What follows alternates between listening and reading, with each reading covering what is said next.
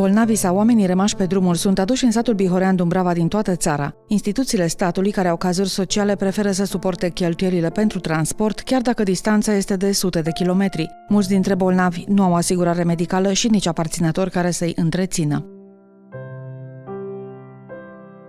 Lucrarea a început acum 14 ani în 2 camere în casa lui Viorel Pașca, din care a mai rămas doar o piatră de aducere aminte. Aici, în urmă cu 14 ani, au fost aduși primii bolnavi la Dumbrava și adăpostiți într-o casă care era pe acest loc. Dorința lui a fost să vină în sprijinul oamenilor fără adăpost. În mintea mea sunau foarte clar, foarte limpede cuvintele: uite, Viorel, asta vreau să faci. Ei oameni care mor pe stradă, oameni care sunt în pericol să moară pe stradă, care n-au unde locui, care n-au o casă a lor, și aduci în cele 2 camere. După momentele de euforie au urmat calculele. Care ar fi cheltuielile lunare pentru întreținerea a 5 oameni? Atunci și-a dat seama că nu are resursele necesare și a fost la un pas să renunțe. Și din nou Dumnezeu, la fel ca întâia oară, mi-a vorbit: Viorel, uite cum facem. Problema banilor, a lucrurilor materiale, nu este problema ta, aceea e problema mea. Tu îți vezi de treabă, lucrezi, mergi, faci ce-i de făcut, iar eu voi purta de grijă. Când totul a fost gata, Viorel Pașca a mers la Spitalul Județean din Oradea pentru a prelua cazuri sociale. Mi-au spus că tot timpul sunt persoane acolo oameni ai străzii, oameni care nu au o locuință, oameni care nu au familie sau sunt abandonați de familie. Și în ziua aceea am venit acasă cu o femeie de vreo 68 de ani, maghiară, nu vorbea românește deloc, nu înțelegea românește și a fost prima noastră bolnavă adusă la Dumbrava, pe care am îngrijit-o. De la cele 2 camere din casa lui, acum s-a ajuns la 16 case, cumpărate una câte una cu ajutorul unor oameni care au dorit să-și ofere sprijinul. Fiecare casă are o poveste a ei despre cum a fost achiziționată. Mă sperii și încep să număr. 24.000 de euro. Am zis: domnule, ăștia o fi bani falși. De unde 24.000 de euro mi dă un om care nu spune de unde e, nu spune cine e, bani mărunți, de 50, de 20? Ei, s-a dovedit că erau bani buni, ne-am dus la bancă când am plătit casa și astfel am luat o casă cu bani de la un om pe care nu știm cum îl cheamă, nu știm de unde e, a spus că nu e important lucrul ăsta și ne-a oferit asta. Fiecare zi e o minune, sublinează Viorel Pașca, pentru că nu le lipsește pâinea de pe masă, deși trăiesc din donații pe care le primesc de la oameni de diferite categorii sociale. Avem pâine proaspătă în fiecare zi, pentru că Dumnezeu ne poartă de grijă și ne trimite făină, de exemplu. Alți oameni aduc cartofi, alții ouă, carne, bani sau așa mai departe, în așa fel încât niciodată nu am dus lipsă. Ne ajută oameni din toate categoriile sociale, și săraci, și bogați, din toată țara. În prezent primesc îngrijire peste 400 de persoane în imobilele din Dumbrava și Tinca. În cei 14 ani de existență ai proiectului, pe aici au trecut aproape 2000 de oameni.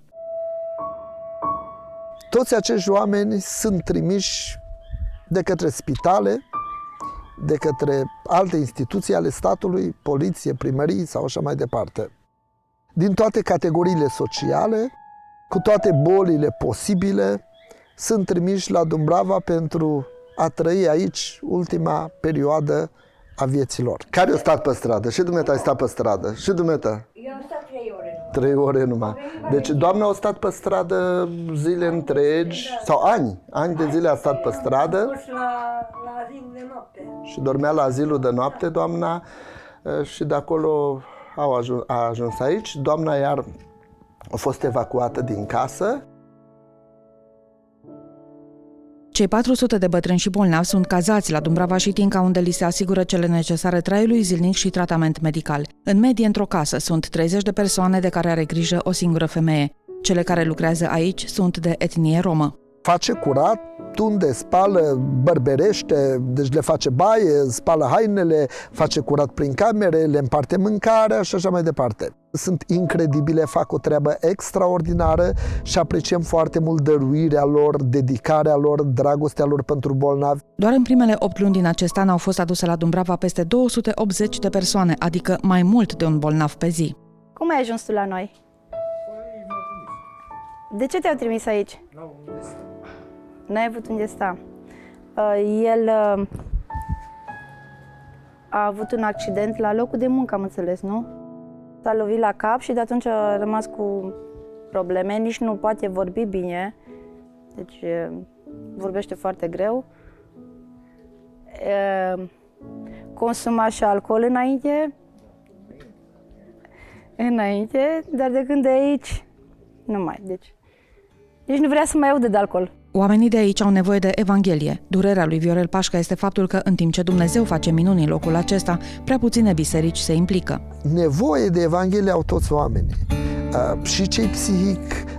Și aici, dacă oamenii ăia nu sunt în stare să înțeleagă Evanghelia predicată, vreau să vă spun ceva. Ei au nevoie de o altă Evanghelie, au nevoie de o îmbrățișare, au nevoie de dragoste. Uneori le trec pragul tineri voluntari, așa cum au fost cei din Baia Mare. Am dat o mână de ajutor, oamenilor de aici am făcut cu drag acest lucru, mai ales am zugrăvit casa, am împrospătat culoarea la case. Am văzut ceea ce ne-a impresionat foarte mult, oamenii care cu atâta căldură și pace ne-au primit. Am putut să fim alături de ei și doar oferindu-le o îmbrățișare. Am ajutat aici și făcând lucruri casnice, cum ar veni prin curțile oamenilor. După cum arată Scriptura, relațiile cu părinții sunt importante pentru Dumnezeu. Să cinstești pe tatăl tău și pe mama ta este cea dintâi poruncă însoțită de o făgăduință, ca să fii fericit și să trăiești multă vreme pe pământ.